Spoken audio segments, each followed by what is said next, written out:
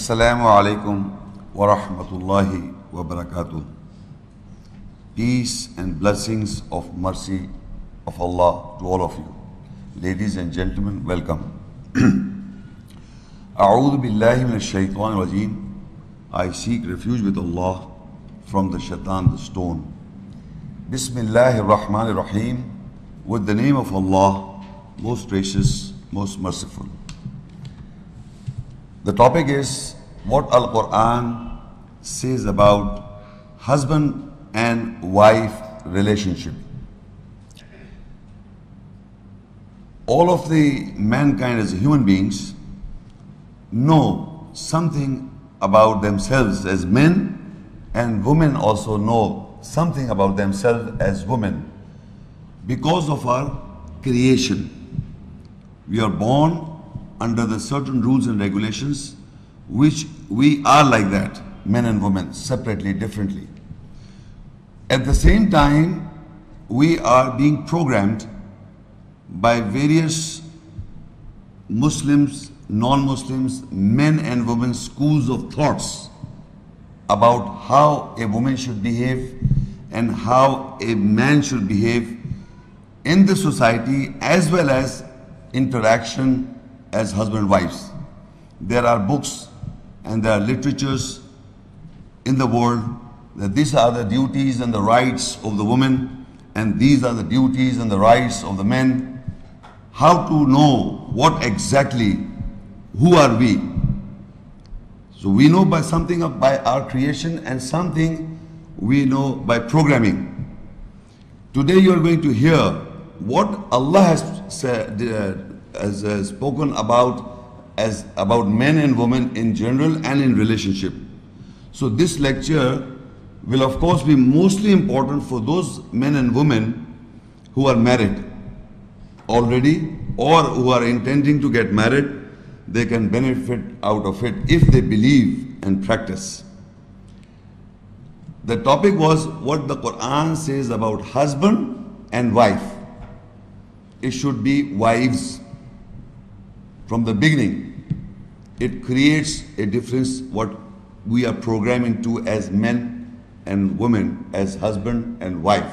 The whole world believes that man should take up as a single wife. I wrote the topic, what the Quran says about husband and wife relationship, singular, wife and husband, singular. But when we read the Quran speaks about one husband and plural wives as well. So generally in the concept of the world, people know as men and women as singular wife. They do not believe in plural wives as a general. So from the beginning it creates a difference. From by nature we know, but what we have been programmed, we all know that it should be one husband and one wife. You know this. So you'll be hearing certain differences and certain what Quran has exactly said about relationship. One relationship between husband and wife or one husband relation with many wives would be the same. There won't be difference. So that is why I've written down what the Quran says about husband and wife relationship. Whether two or three or one, the relationship will be the same. Whatever the behavior husband will have towards the wife, and whatever the behavior the wife will have towards the husband will almost the same.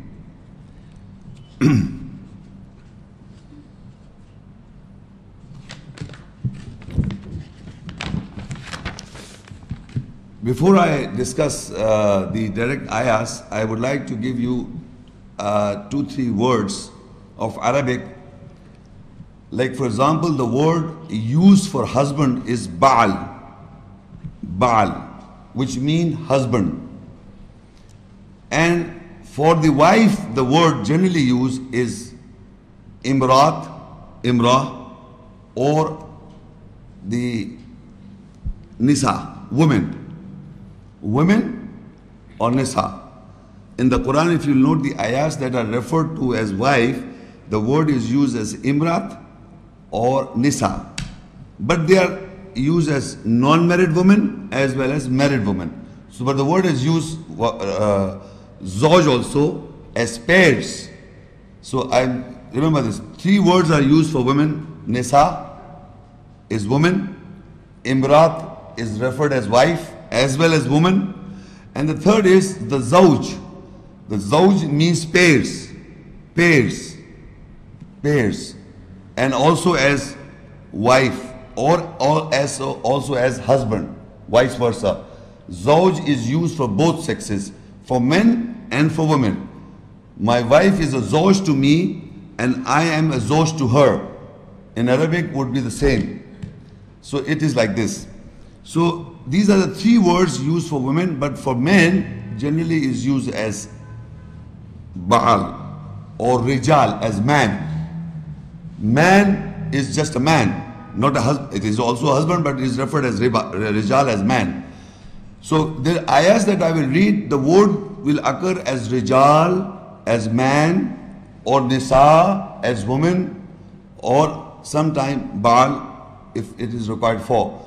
Why I am saying this? Because the ayahs does not definitely say husband and wife in the Quran. The ayahs that I will read to you today. But you can understand it is referring to a husband-wife relationship by the context and the text that when I will read, you will understand that inshallah. Surah Rum 30 and ayah 21. وَمِنْ آيَاتِهِ أَنْ خَلَقَ لَكُم مِّنْ أَنفُسِكُمْ أَزْوَاجًا لِتَسْكُنُوا إِلَيْهَا وَجَعَلَ بَيْنَكُمْ مَوَدَّةً وَرَحْمَةً إِنَّ فِي ذَلِكَ لَآيَاتٍ لِقَوْمٍ يَتَفَكَّرُونَ. And from his ayats, signs is that he created you for you pairs, wives, for your souls, so that you take satisfaction towards them. And he has put love and mercy between you. Surely in that are ayahs, signs for people who consider. Now, if you look into this ayah, the word, another word I forgot to tell you is a nafs. In Arabic, nafs means the psyche, or the soul, or the self, nafsiyat, psychology. So in this ayat, if you note the pairs, look again, وَمِنْ آيَاتِهِ أَنْ خَلَقَ لَكُم مِّنْ أَنفُسِكُمْ أَزْوَاجًا. That among his ayahs is that he created you for you pairs. Zawj, I told you Zawj means pairs, from your souls, from your psyche, from your psychology. So before I go further, you must understand the ayat is not referring to man, because the man is translated as Rijal. I told you in the beginning, Rijal means man, Baal means husband, and wife means Nisa or Imrat. Nisa means the woman, Imrat means the wife. But in Arabic here is Azwaj, can be used for husband and wife, but the word is nafs, anfusukum azwaj. That in our psyche, in our psychology, there are masculine and feminine in our psychology. So Allah has made pairs within our psychology. Men, not men and women, masculine and feminine means masculine character traits, feminine character traits. That is the behavior by virtue you can understand this is a masculine character trait. This is a feminine character traits. It is to be found in both sexes, men and women both. It is within our psychology. Where did we get it? This is in the booklet, I just refer to a verse. You can note down the reference, and that reference is Surah Hujurat 49, 13 ayat. You write down the reference on this page. Surah Hujurat, that is 49, 13 ayat. Ya ayyuhan nas, O mankind, inna khalaqnakum min dhakarin wa unsa wa ja'alnakum shu'uban wa qabaila lita'arafu. Inna akramakum indallah atqakum inna Allah alimun khabir. O mankind, surely we have created you from zakar. Zakar means muzakkar, that means masculine. Unsa means muannas, means feminine. Allah has created all of us, men and women, both with masculine and feminine in our psychology. Allah has created us, men means Rijal, woman means Nisa, both of us, all of us, in the psychology as masculine, Muzakkar, and Muannas. In Arabic, Zakara or Unsa. So that is the reference that you can get from this ayah, which I have given you, that in the Quran, Allah has created mankind from masculine and feminine. So we, men and women, both have masculine and feminine character traits. Sometimes the masculine trait within a woman, within a woman I start from, if the masculine trait with a woman is more, you can see the masculinity in her, you can see some hairs on her face, or sometimes she's aggressive. That's a masculine trait I'm talking about. She'll be different. Sometimes males are behaving like a feminine. So what I'm referring to, you must understand what I'm describing. So masculine trait and a feminine trait is within both sexes. That's based on the book. So Allah has said, وَمِنْ آيَاتِ أَنْ خَلَقَ لَكُم مِّنْ أَنفُسِكُمْ أَزْوَاجًا. And from His ayahs is that He created for you min anfusikum, from your souls, nafs, psychology. Azwaj means pairs. Litaskunu ilayha, so that you take satisfaction towards them. وَجَعَلَ بَيْنَكُمْ مَوَدَّةً وَرَحْمَةً, and He has put love and mercy between you. Within you what? Between your masculine and feminine, He has made love and affection in individual. In one individual I'm talking about. Within myself there is a masculine, within myself is a feminine, and I'm as a man. I'm a man. So I must know what is the masculine trait described in the Quran, the male behavior, the Rijal, and I must know the feminine trait within the Quran, the female behavior, the woman behavior. I must know both. That is how I will govern myself, and that is how I will govern the female. The female should also know what is the masculine trait or what is the male described in the Quran, and what is the man described in the Quran, and what is the feminine described or a woman described in the Quran. So she can have love and satisfaction until unless she knows the both. And that is Allah says that He has put love and affection between you, within one person. So generally in psyche they say the intelligence is the masculine and emotion is the feminine, of both male and female, of both sexes, the man and woman both. It's not referring to women only, that women are only emotional. No. The woman have got intelligence, the woman have got feelings. The man has got intelligence and the man has got feelings. But they are, Allah has put love and affection between them. They are combinedly, interactively, and they are combined together, and you are a human being. A Rijal, a man, or a Nisa, a woman.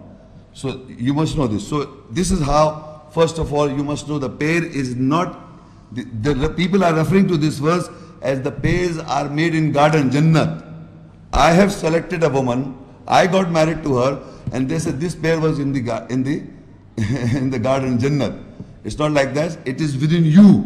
If you know the masculine person, if you know the right woman, the right feminine character traits, and the similar whom you married, she must also know both. But they can never be same because of the birth you are with carrying the how much masculine trait you have got, how much feminine trait she has got. So it is unevenly balanced in both people. So they give you medicine, testosterone or estrogen to decrease or increase the masculinity or femininity of the both sexes. So now this is the first I will discuss the ayahs that are related to since it's a topic is husband-wife relationship, and we all know there's a topic in the Quran, parent and children relationship. That is a psychological relationship. But in husband-wife relationship, there is a sexual aspect also. We all know this. So I will discuss few ayahs that are very important surfacely about the sexual relationship as husband-wife. And we are all adults sitting here, married and non-married.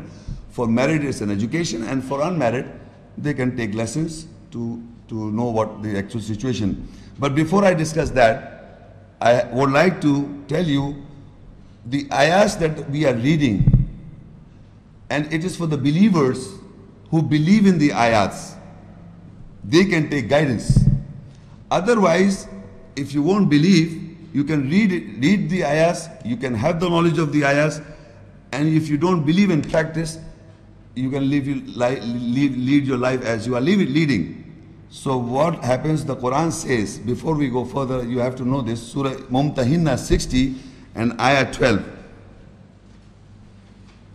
Ya ayyuhan nabiyyu idha ja'aka al-mu'minat yubayyi'naka ala alla yushrikna billahi shay'a ولا يسرقن ولا يزنين ولا يقتلن أولادهن ولا يأتين ببهتان يفترينه بين أيديهن وأرجلهن ولا يعصينك في معروف فبايعهن واستغفر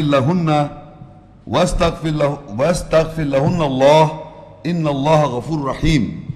O Prophet, when believing woman comes to you to have a deal with you, that they will not associate anything with Allah, and they will not steal, and they will not commit adultery, and they will not kill their children, and they will not come with a slander, a false charge, inventing, which is between their hands and the legs, and they will not disobey you in that which is known, acknowledge. Then have a deal with them, and for them seek forgiveness from Allah. Surely Allah is forgiving, merciful. So you must understand, I told you, it is for the believers. It is for the believers, these ayahs and the message. So in the Quran, Allah says, say to the Prophet that he should, when believing woman, mu'minat means believing woman comes to the Prophet. So he must have a deal with them. Means a contract, a deal or a contract with the believing woman, not ordinary woman, believing woman. And the contract is that they will not associate anything with Allah. The first, meaning they will give the highest priority to Allah's ayahs.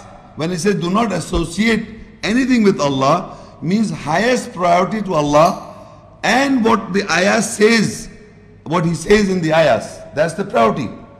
You cannot associate anybody else, whether your husband's feelings or your children's feelings or emotion, wherever your emotions are stuck up, with Allah.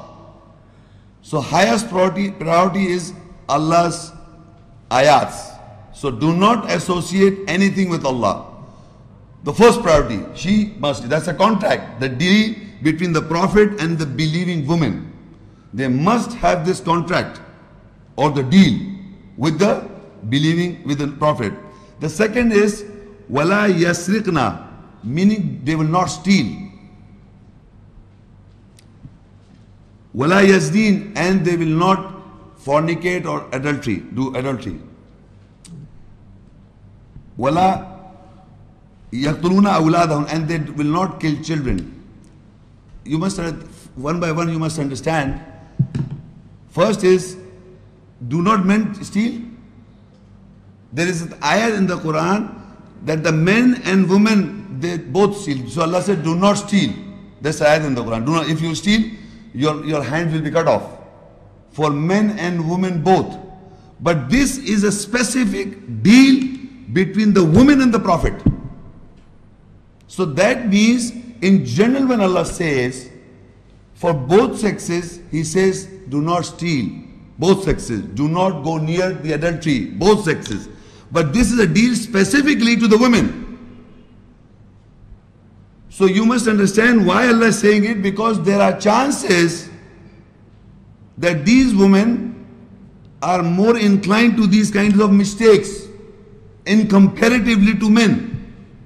That is why in general he said it, and specifically he said it to the women. I don't put in a false allegation that I am trying to conclude this. Allah has said it in general to both sexes, and here he specifically says to women. So we have to understand that the deal that has been done between Prophet and the women is that they will not steal. So there is a sickness among the women. Many women who are very rich women. Kleptomania. I know I'm pronouncing correctly or not. They go to visit any shopping centers. They have got lots of huge amounts of money with them, but they like to steal. So this is a sickness. Then the husband is giving money to the wives to maintain the house. So the amount they spend, and there are certain amount is left over. So they take it as their own money. They won't say to the husband, look, this amount of money is being left over, this is yours. I give it to you back. They think this is ours. He has given it to us. Look, it doesn't mean, look, you must understand what I'm trying to convey is that there are times that women are getting money from the husbands. They are getting money from the fathers. They are getting money from the sons. They are getting money from the brothers. They are getting money from so many places. So it becomes a habit of, getting this, all the time getting. So you'll put this is also mine. It may not, you understand why? Because men are always giving. As a son is giving, as a husband is giving, as a father is giving, as a brother is giving. So it is difficult for men to steal rather than women getting so many, easy to put it in the pocket. So that is why Allah said, do not steal. Specifically to women. Then specifically to fornication, adultery, zina. And do not kill the children. First of all, there are two types of killing. Remember this. One is a psychological killing and one is a physical killing. In the ayahs, when you read a killing of the son or killing of somebody, it's a psychological and physical both. In this context, when you read, وَلَا يَقْتُلْنَا أَوْلَادَهُنَّ, do not kill your children. How the woman can kill the children? First, I discussed the psychological killing. The child, when born from the woman, of course, they are more attached to the child themselves. They are attached to the children, whether son or the daughter, as compared to the father. And all the time blaming you don't give time to the children because in their way of love and affection they can provide is so natural. The husband cannot, no husband can compete with the wife or the mother. The father cannot compete with the mother's love and affection to the child. So they always complain that you are not giving time to the children because the women are giving so much time, so much day and night love and affection to the child, they cannot. That's the natural. So your objection about the husband, you don't give time, of course we cannot. We don't have that feelings of love. And that much as so they are more attached to the child. So anything that goes wrong in them, anything that happens in their minds, whether they are hurt, whether they are happy, whether they are angry, they don't notice that the child is with her. So they convey those emotions in the childhood, when the child is young. So the mother unconsciously, remember this, I am using the word unconsciously, are hurting the child from a very childhood. And the child is hurt, so he's killed. Because the correct thing he can, if the mother gave him or her the emotions, certain wrong principles, because of the attachment to the mother, he cannot go against. So we say in the world, the women are asking for liberation from men. My understanding from the Quran is that we want liberation from you. From the very childhood we are stuck up by our mother. They control us unconsciously. We cannot go against the mother. So the mother as a woman controls us.